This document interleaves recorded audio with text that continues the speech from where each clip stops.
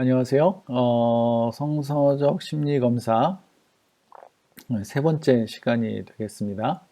이번에는 떤 도구나 이런 것을 사용하지 않고 질문 자체를 통해서 성서 관련된 질문을 통해서 내담자의 심리를 평가할 수 있는 그런 방법에 대해서 여러분들과 함께 공부를 해 보도록 하겠습니다. 지금 소개되는 우리가 이제 수업을 하게 되는 이 내용은 굉장히 좋기도 하면서 좋기도 하면서 또 한쪽 측면에서는 굉장히 위험하기도 한 그런 영역이라는 사실을 여러분들이 먼저 기억하시면 좋겠고요. 여러분들이 실제 현장에서 간단하게 써먹을 수 있지만 또 상황에 따라서는 굉장히 영향력이 큰 임팩트가 강한 그런 방법이라고 볼 수가 있겠는데요. 자, 일단은 어떤 것인지 한번 여러분들이 배워보시고 현장에서 우리가 어떻게 또 쓸 수 있는지에 대해서도 한번 이야기를 들어보면 좋겠습니다.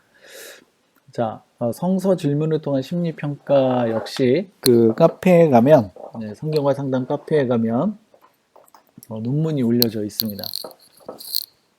그래서 자세한 설명은 여러분들이 그 논문을 좀 읽어보시고 그 논문에는 사례도 포함되어 있으니까요. 여러분들이 좀 더 쉽게 논문을 통해서 공부를 할 수 있으리라고 생각이 듭니다. 자, 성서 질문을 통한 심리평가에서 중요한 것이 있는데요. 질문 영역과 시제라는 두 가지가 되겠습니다. 그래서 어떤 영역에서 질문을 해야 되는지, 그리고 어떤 시제를 사용해서 질문을 해야 되는지를 여러분들이 기본적으로 잘 알고 계시면 좋겠는데, 성서 구절, 성서 인물, 성서 이야기가 바로 질문의 영역이라고 보시면 됩니다. 그래서 질문은 문을 여는 역할을 하게 되죠. 그래서 성서 구절, 성서 인물, 성서 이야기는 내담자의 심리평가에서 일종의 개방문의 역할을 한다고 볼 수 있겠습니다. 그래서 개방문, 문을 여는, 문을 개방하는 그런 역할을 이제 하게 되고요. 기독교인에게 성서는 친숙하기 때문에 성서를 통해서 내담자와 접촉하고 마음을 여는 것은 자연스러운 일이라고 할 수 있습니다. 그래서 성서 구절, 성서 인물, 성서 이야기는 내담자의 투사나 동일시와 같은 심리적 현상을 일으키는 것이라고 보시면 되겠습니다. 그래서 우리는 이제 늘 성서에 익숙해져 있기 때문에 이것을 가지고 질문을 할 수 있는 겁니다. 그래서 우리가 이제 성서 질문이라는 표현을 썼고 윈벌리라는 학자가 있습니다. 이 사람이 쓴 책, 얇은 책 한 권이 번역되어져 있는데요. 여러분들이 그 책을 좀 읽어보시면 좋겠고요. 어쨌든 윈벌리는 특히 성서 인물이나 성서 이야기가 끄는 힘이 있다고 봤습니다. 제가 전 시간에도 끄는 힘에 대해서 이야기를 했었는데 성서 인물이나 성서 이야기가 끄는 힘이 있고요. 그리고 이렇게 성서가 우리를 끌어당기는 이유는 말씀드렸던 것처럼 성서 인물이나 성서 이야기가 내담자와 유사성이 있어서 동일시를 일으킬 수 있고요. 또 내담자 안에 기대와 동경을 양산하기 때문입니다. 그래서 윈벌리의 책에는 이런 내용이 이제 간단하게 설명이 되어져 있습니다. 결국 우리가 성경은 우리를 끌어당기고 성경이 우리를 끌어당길 수 있는 것은 성경에 등장하는 인물이나 이야기가 우리와 유사성이 있다 이거죠. 그래서 동일시도 일으키고 투사도 이끌어내고 그런 현상들이 나타난다 이겁니다. 자, 그런데 성서 질문을 통한 심리 평가에서는 이러한 성서 구절, 성서 인물, 성서 이야기에 대해서 이걸 가지고 질문을 할 때 시제를 따라서 질문을 구체화할 필요가 있습니다. 근데 이제 여기서 말하는 시제는 단순하게 과거, 현재, 미래를 가리키는 게 아닙니다. 어떻게 보면 모두 다 현재라고 할 수 있는데요. 지금 여기로서의 즉각성, 그러니까 지금 여기, 그 다음에 최근의 영향을 포함하는 지금으로서의 최근성, 또 더 오랜 과거의 영향을 포함하는 지금으로서의 항상성으로 나누어서 시제를 고려할 수 있겠고요. 자, 이러한 즉각성, 최근성, 항상성은 현재성이라는 용어로 포괄하여 말할 수 있겠습니다. 그러나 현재와 관련된 질문이라는 거죠. 지금 여기랑 관련되어 있기는 한데 즉각적인 거냐 아니면 최근의 것이냐 항상성적인 것이냐 이제 이런 얘기를 하고 있는 것입니다. 여러분들이 잘 배워보시고 또 익숙하면 굉장히 잘 사용할 수 있는 것인데요. 자, 즉각성은 지금이라는 시점을 가리킵니다. 지금 여기. 자, 이 경우는 보통 이렇게 질문하는 겁니다. 지금 떠오르는 성서 구절이 있습니까? 지금 떠오르는 성서 인물이 있습니까? 지금 떠오르는 성서 이야기가 있습니까? 라고 질문을 하는 거죠. 그래서 이런 질문이요. 이제 이 즉각성과 관련된 질문은 내담자의 현재 상태를 반영하게 됩니다. 그리고 내담자의 현재 문제를 지금 여기에서 다룰 수 있는 장점이 있습니다. 자, 여러분들에게 한번 질문을 던져보세요. 지금 떠오르는 성서 구절이 있나요? 지금 떠오르는 성서 인물이 있나요? 지금 떠오르는 성서 이야기가 있나요? 이렇게 질문하면 우리가 보통 그 질문 때문에 무엇인가를 떠올리게 됩니다. 근데 이렇게 떠올리는 것 자체가 그때 떠오른 그 성서 구절이나 인물이나 이야기가 지금의 내 현재 상태를 반영하고 있다는 겁니다. 그리고 그것은 지금 여기서 다룰 수 있는 거라는 거죠. 자, 최근성은 최근에 마음에 와 닿았거나 머리를 떠나지 않거나 중요하다고 생각되는 성서 구절이 있는가 이렇게 이제 질문하는 거고요. 또는 최근에 계속 생각나는 성서 인물이 있는가? 최근에 읽거나 들었던 인상 깊은 성서 이야기가 있는가라는 질문을 통해서 구체화할 수 있습니다. 그래서 최근이라는 단어를 써서 질문하게 되는데 이러한 질문이요. 최근성과 관련된 질문은 내담자의 최근의 심리 상태를 반영한다고 볼 수 있습니다. 특히 이 질문들은 일정 시간 지속적으로 내담자에게 영향을 미치는 문제를 파악하는 데 유익합니다. 자, 즉각성과 관련되는 질문은 지금 현재 여기를 가리키는 지금의 상태를 반영하는 거고요.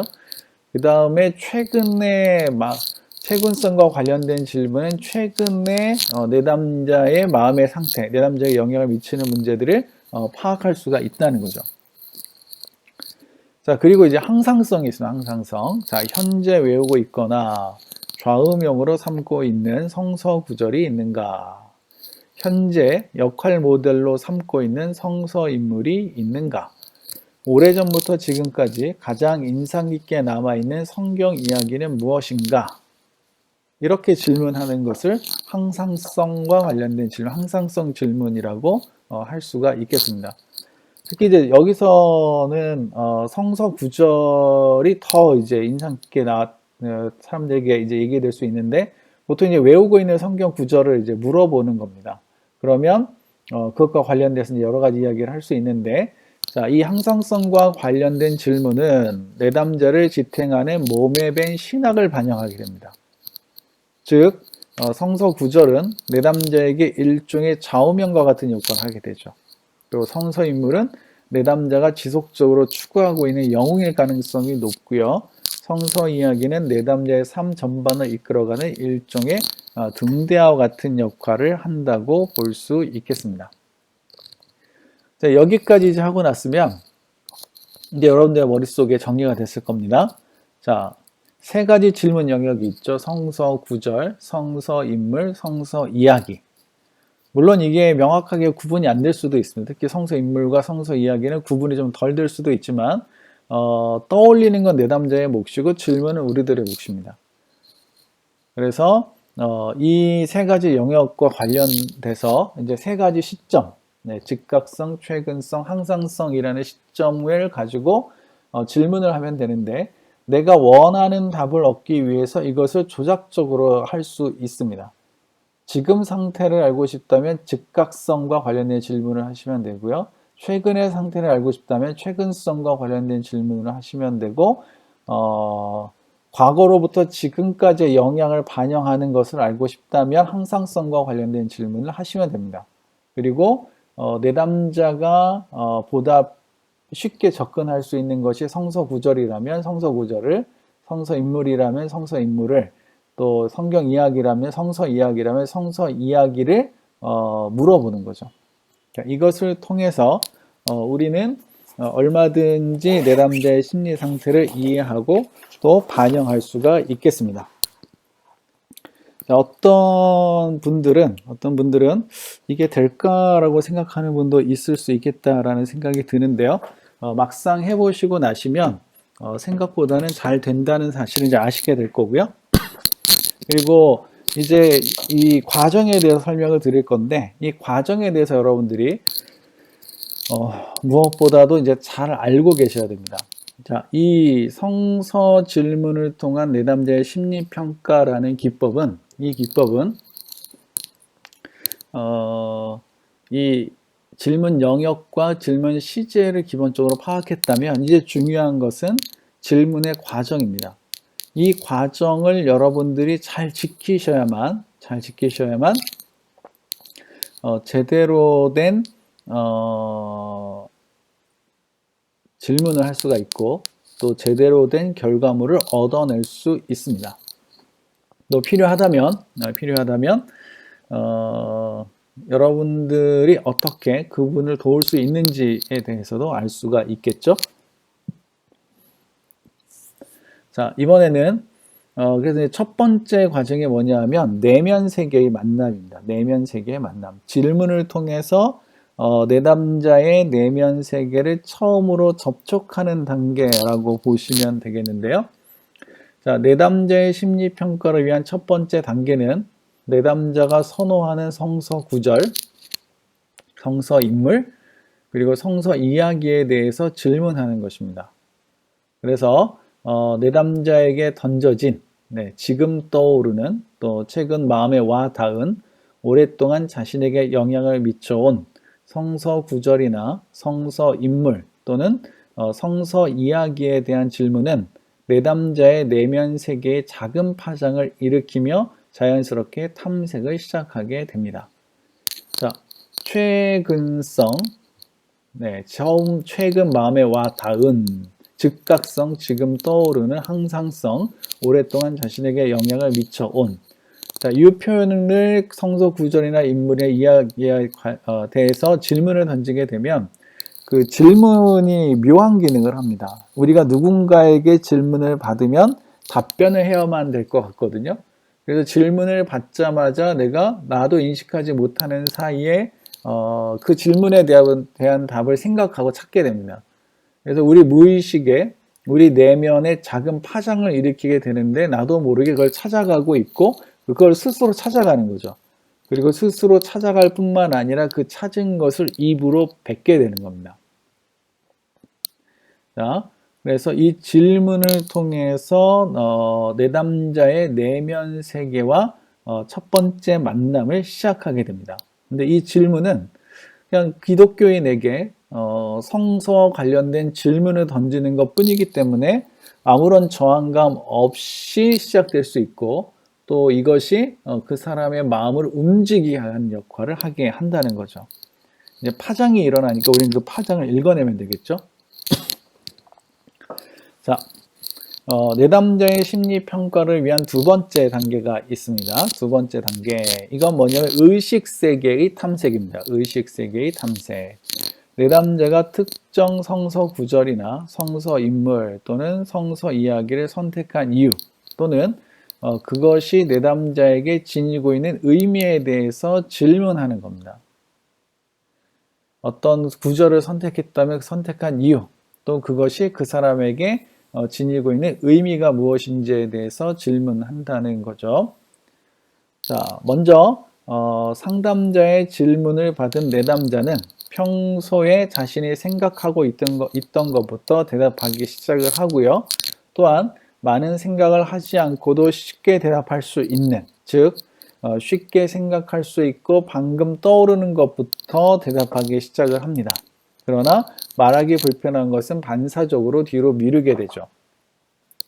자, 우리가 질문자로서 내담자에게 질문을 합니다. 질문을 하죠. 성경 구절 중에 혹시 외우고 있는 것이 있나요? 이렇게 물었어요. 그러면 상대방이 이제 누구나 외우고 있는 구절이 한두 구절 있기 마련이죠.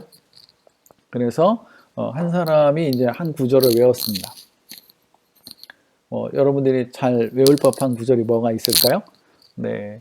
그래서 책에 나와 있는 사례에 보면 그 욥이 고난을 겪었을 때 이제 하나님께서 자기를 단련하신 후에는 자기가 이제 정금같이 나올 것이다라는 구절을 이야기한 분이 있었습니다. 이제 내담자 중에 있었고요. 자, 그런데 그 구절이 당신이 그 구절을 선택한 이유는 뭡니까? 또는 그것이 당신에게 어떤 의미가 있습니까? 이렇게 질문한다 이거죠. 그러면 첫 번째는 누구냐고 물었고요. 어떤 구절이냐고 물었고 어떤 이야기냐고 물었습니다. 그래서 그걸 답했죠. 그럼 그게 왜 중요해요? 당신이 중요한 이유가 뭐예요? 그걸 왜 선택하셨어요? 선택한 이유가 뭐예요? 네, 이것보다는 부드럽게 질문해야겠죠. 이렇게 질문한다 이겁니다. 그러면 그 질문을 받자마자 이 내담자가 그것과 관련된 답을 하기 시작하는데 보통은 그냥 쉽게 대답할 수 있는 거, 쉽게 생각할 수 있는 금방 떠오르는 거. 그리고 이 말은 뭐냐면 자기가 말할 때 불편하지 않은 거. 그냥 상대방에게 말해도 문제가 없는 것부터 말하기 시작한다는 거고 이런 이야기들은 결국 그 내담자의 의식세계와 관련이 있다고 보시면 돼요. 내담자의 의식세계. 그래서 이 질문과 관련된 답변은 내담자의 의식세계를 보여주는 것이다 라고 우리가 볼 수 있겠습니다. 그 다음에 세 번째 단계가 있습니다. 세 번째 단계. 그 내담자의 심리평가의 세 번째 단계가 있는데 내담자에게 두 번째 단계의 질문에 대한 답을 추가적으로 요구하는 겁니다. 자, 그 구절이 당신에게 왜 중요합니까? 라고 물었어요. 그랬더니 이래서 중요하고요, 이래서 중요하고요, 이래서 중요합니다. 누구를 닮고 싶어요? 바울을 닮고 싶어요. 왜 바울을 닮고 싶을까요? 이래서 닮고 싶고요, 이래서 닮고 싶고요, 이래서 닮고 싶고요. 이야기를 하다 보면 보통 한 두세 가지, 서너 가지 정도를 아주 쉽게 대답을 하죠. 아주 쉽게 대답을 합니다. 그런데 뭐 한 3개, 5개 정도를 이제 쉽게 대답을 하는데 그러고 나면 멈춤이 있거든요. 이렇게 잠시 멈추는 시간이 발생하게 돼요. 근데 이 멈추는 시간이 발생했을 때 그 시간을 정확하게 확인하시는 게 좋습니다. 진짜 멈추는지. 그래서 네, 멈추는 걸 확인하고 난 다음에 질문을 다시 하는 겁니다. 네. 그러니까 자유롭게 막 대답할 때는 이제 내버려 두시고요. 그래요? 또요? 네, 또요? 이렇게 이제 질문할 수 있게 이제 반응을 이끌어낼 수 있습니다. 근데 또요라고 물었는데, 생각이 안 나요. 모르겠어요? 네, 이게 다예요? 이런 식의 반응들인 거죠. 자, 내담자의 심리평가를 위한 세 번째 단계는 내담자에게 두 번째 단계의 질문에 대한 답을 추가적으로 요구하는 것이고요. 이때 상담자는 언제 이런 요구를 할 것인가를 잘 판단해야 합니다. 추가적으로 답변을 요구할 때 또 내담자가 생각할 수 있는 시간을 충분히 가질 수 있도록 침착하게 기다릴 수 있어야 합니다. 이 두 가지가 중요하죠. 때를 잘 알아야 되고요. 그리고 기다릴 수 있어야 됩니다. 일반적으로 내담자는 두 번째 단계에서 여러 가지 답변을 내놓습니다. 비록 처음에 한 가지만 내놓더라도 다른 것은 없는지 촉진하는 질문을 하면 다른 것은 없나요? 또요? 이렇게 물으며 보통 3개에서 5개 정도의 답변을 하게 되고요. 상담자는 두 번째 단계에서 내담자의 답변이 진행되는 동안 내담자의 말이 중요한 겁니다. 자, 느려지거나 잠시 정적이 흐르는 것을 관찰할 수 있습니다. 이때가 바로 내담자가 자신의 몸에 밴 신학을 넘어서는 시점이죠. 익숙한 지점을 넘어가는 겁니다. 그리고 이때가 바로 자신의 내면 세계의 문을 두드리는 시간입니다. 그리고 더 이상 안정을 찾을 수 없는 시간이죠. 그래서 더 이상 생각 없이 말하는 것이 불가능하게 되어서 더 이상 대답할 것이 없다고 말하는 때가 이때고요. 상담자가 세 번째 단계로 넘어가야 할 시점이 바로 이때라고 할 수 있습니다. 자, 여기가 중요합니다. 여러분들 이제 따라오셨으면 아실 거예요. 자, 외우고 있는 성서 구절이 있나요? 네, 있어요. 뭐죠? 주르륵 외웠습니다. 그러면 그 구절은 당신에게 어떤 의미가 있나요? 이렇게 물었습니다. 자, 여기서 제가 설명하지 않았지만 보통 성서 구절 같은 경우는 특히 외우고 있는 성서 구절 또는 간직하고 있는 어떤 성서 이야기나 이런 것들은 그 시점이 있습니다. 시점. 그래서 그때 어떤 사건이 있었는지 물어보면 보통 사건과 성경 이야기, 성경 구절이 연결됐을 때가 많이 있죠. 어쨌든 그래서 그 성경 구절이 왜 중요하죠? 그러면 이래서 중요해요 라고 쭉 얘기하다가 하고 멈출 때가 있어요. 이제 속도가 느려지거나 아니면 이제 정적이 흐를 때가 되면 이렇게 이야기하는 거죠. 몇 개만 더 얘기해 보실까요? 네. 그럼 이제 또 얘기하다가 또 멈추기도 하고 더 이상 기억나지 않아요 라고 말할 수도 있습니다.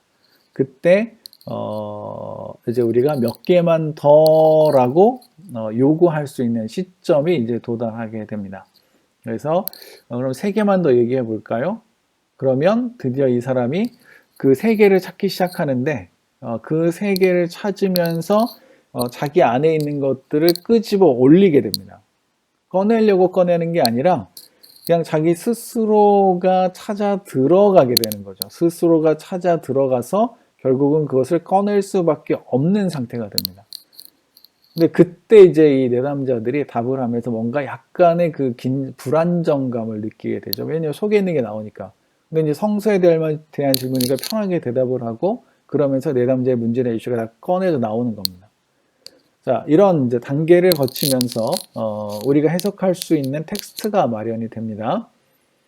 자, 상담자는 4번째 단계에 이르기 전에 해석에 대한 욕구를 절제해야 하고요. 4번째 단계에 이르러서는 내담자를 배려하며 신중하게 해석을 시도해야 합니다.